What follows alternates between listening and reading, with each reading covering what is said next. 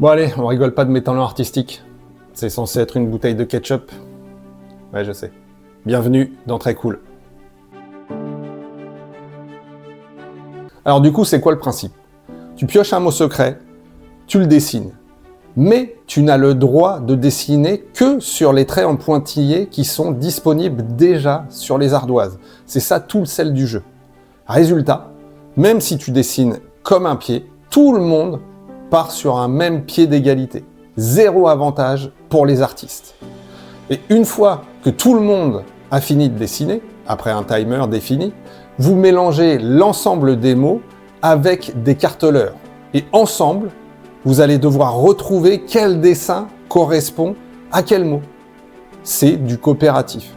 Du coup, c'est différent de ce qu'on avait l'habitude de jouer, comme par exemple le Pictionary, où chacun jouait pour soi.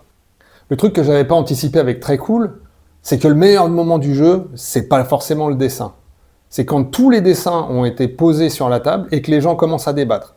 Comme ici, dans une configuration de joueurs, où chaque joueur a reçu une carte de la pioche et a dû le dessiner. À la fin, quand les dessins ont été terminés au bout des timers des 2 minutes, là, on rajoute 2 leurres de la pioche à l'intérieur et on les mélange, ce qui donne 4 choix. Et c'est à ce moment-là que ça devient vraiment rigolo, parce que c'est soumis à interprétation de chacun des joueurs qui va devoir éliminer une carte.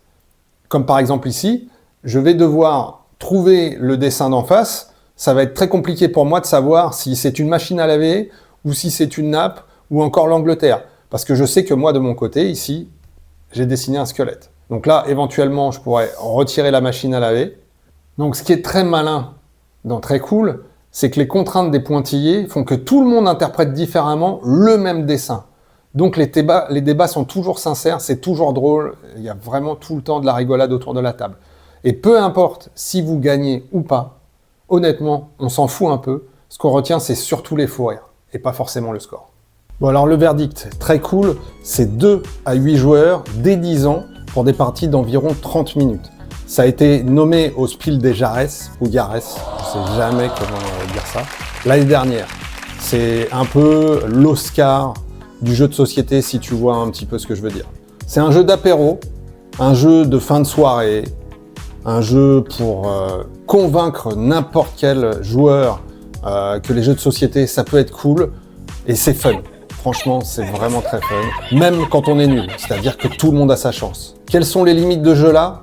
Si ton groupe est très axé compétitif et cherche forcément une véritable expérience et profondeur de jeu stratégique, bah, passez votre chemin. C'est surtout un jeu fait pour rigoler, c'est pas forcément fait pour gagner, en tout cas si on gagne c'est ensemble, c'est toute la limite de jeu. Merci d'avoir suivi cette vidéo jusqu'au bout, vous êtes de plus en plus nombreux à me regarder, ça me fait vraiment très plaisir. Si vous pouviez vous abonner à ma chaîne, ça me motiverait encore plus sur le travail que je vous fournis. C'était tout pour aujourd'hui, à bientôt pour une prochaine vidéo. Ciao ciao.